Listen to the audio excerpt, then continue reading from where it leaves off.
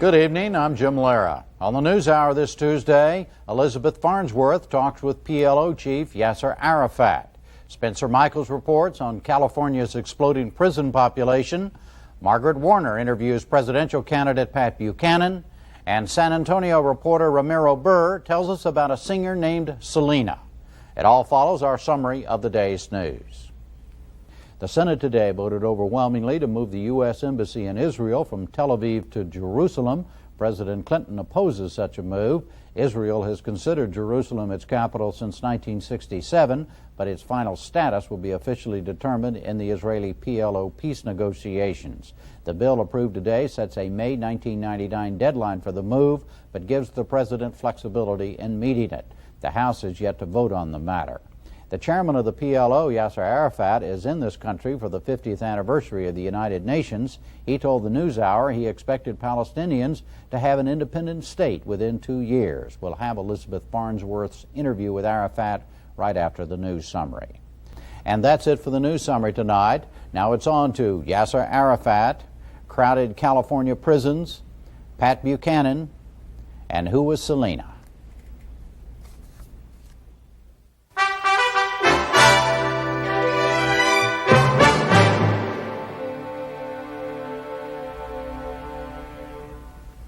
We go first tonight to a Newsmaker interview with PLO Chairman Yasser Arafat.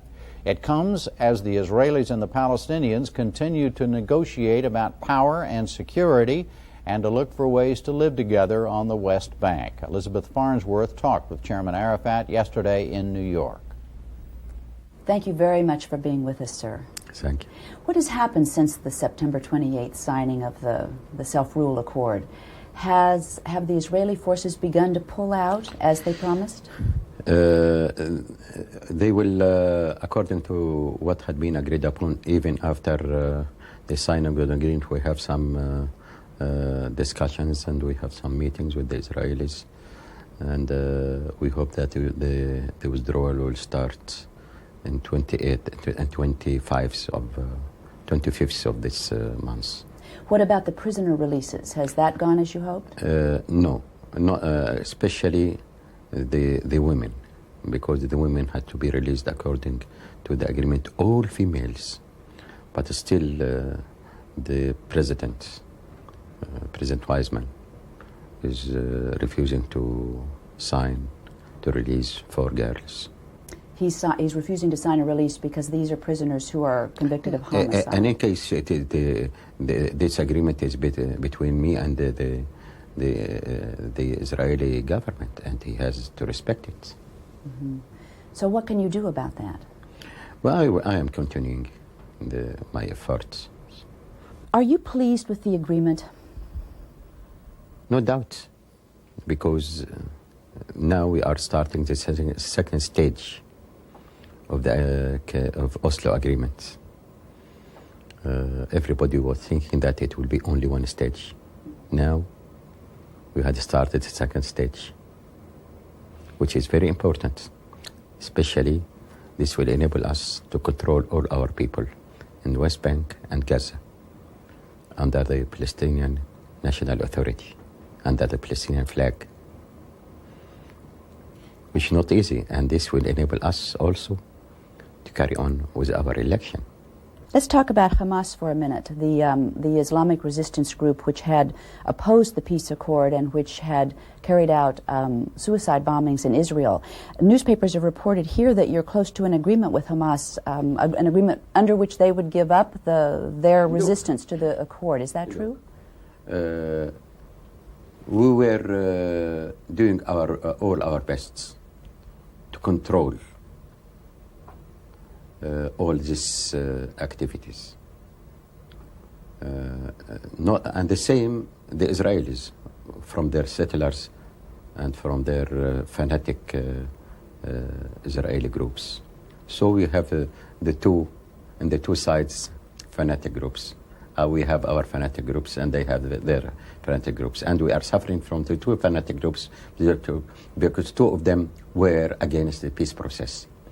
But in the same time, we began to open talks with all the oppositions, not only with Hamas.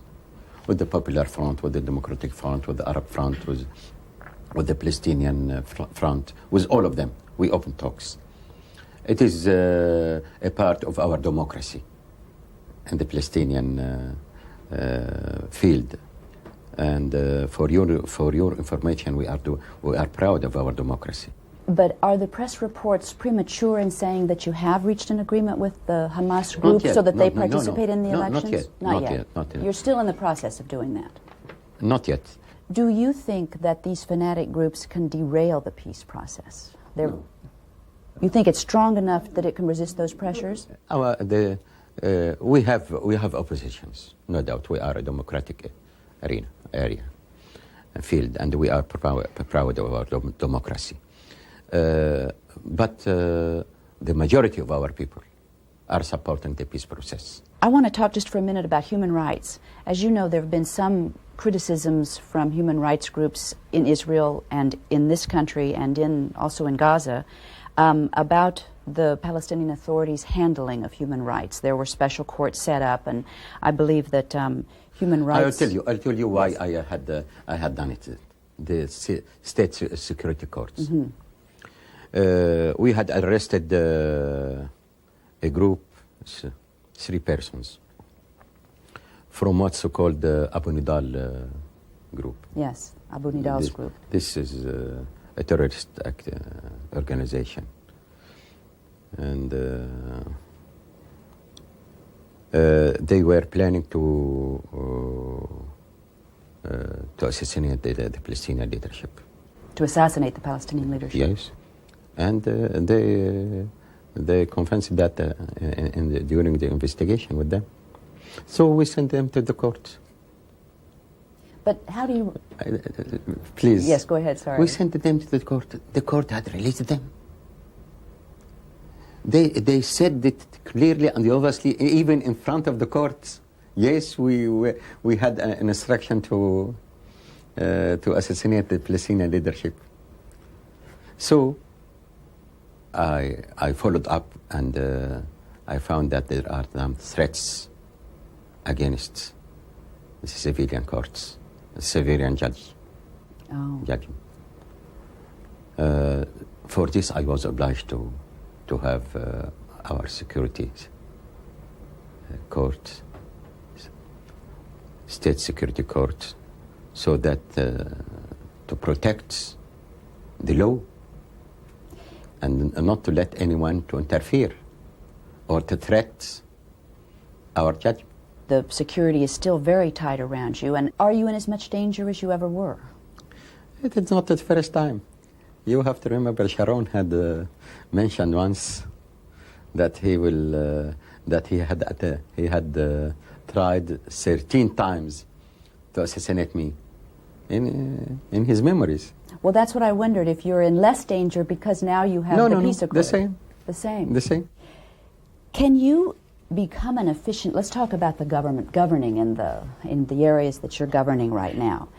You've been in clandestinity so long. Is it difficult for you making this transition to becoming an administrative leader, an above-ground leader of a government? Actually, for your information, we were dealing as a government in exile. Mm-hmm. We are dealing with all our people problems, education, social life, health. In all levels, even we were dealing how to export and import our productions. But it is different now, isn't it? It is a little different. Yeah. Is it difficult making the transition? But more difficult. More difficult yet. Definitely. I mean, because now we are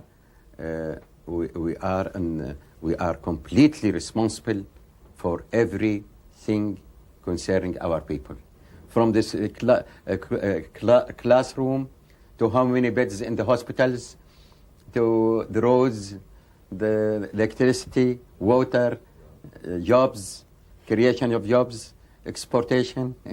And can you delegate that? There's been some criticism that because you're so used to having control that it's hard for you to delegate. First of all, you have to understand that we are proud of our cadres. We have of your we have cadre, the people that work with you. We have the highest percent of education in the whole area, and we have enough cadres. For your information, all our infrastructures had been completely destroyed during the occupation, and believe me, You're talking about highways, sewage. schools. Can you imagine that our schools are working 3 shifts per day? 6 shifts per Three, day? Three shifts per three day? shifts per day. Can you imagine it? Because there aren't enough schools. Yes, so there is a shortage. No. And we had started from the moment we arrived to build new schools, new classes. No one bit had been increased. Our population had been increased, and no one bit had been increased in our hospital during the 28 years. There'd been no increase in the number of beds. The Is sewage, the aid coming in for the this? electricity, the water, the roads, the telecommunications, the radio. We have to start below zero. As you know, in Congress, there's some criticism and opposition to giving more aid to the Palestinian Authority. In the House, there's an attempt to try to make the aid, which was promised by the U.S. government as part of the peace plan, make the aid go through non-governmental organizations and not to the Palestinian Authority, which you head. What do you have to say about that? Why they are not doing the same with the Israelis? Why are they not doing the same with the Israelis? Why only with the Palestinians? We have the right to ask it. This will reflect negatively against the peace process. You are giving billions and billions for the Israelis, loan guarantees, and beside the donations directed to the Israeli government, and they are hesitating to give some $1 million to the Palestinian Authority after all this period of occupation, and after what we had suffered since 47, after the partition plan. This is a moral and political responsibility. This is a moral and political responsibility? Not only for the American administration, but for the whole world, because we are the victims of this United Nations resolution through which we had started our troubles after the partition resolution. Are we seeing the birth of a Palestinian state? It is coming. When do you think it will come? Maximum 2 years. Maximum 2 years. Maximum. Will it be an independent state, or will it be in a confederation with Jordan? Independent state, but we are in the same time looking to have, according to our national Palestinian National Council, to have a confederal relation with our brothers, the Jordanians, according to the free choice of the two peoples. When will the elections for the Palestinian Council take place, do you think? How I hope soon? that next January, after the final redeployment of the Israeli military forces from the all populated area in the West Bank, which is about 1/3 of the area of the West Bank. And finally, what are you most worried about now? What could derail this process? First of all, we have to be sure that there will be accurate and honest implementation to what had been agreed upon and signed. Very important. And we have to take care of it. Mm-hmm. And at the same time, not to let any inside or outside activities to harm or to destroy the peace process. And the third point is the economical situation. We are suffering. 60% unemployment, is that right, in Gaza? Yeah, 58%, yes. 58%. What can you do about that? And this is one of our problems.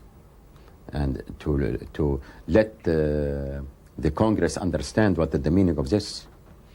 And if they want peace in the Middle East, they have to cover this very important needs.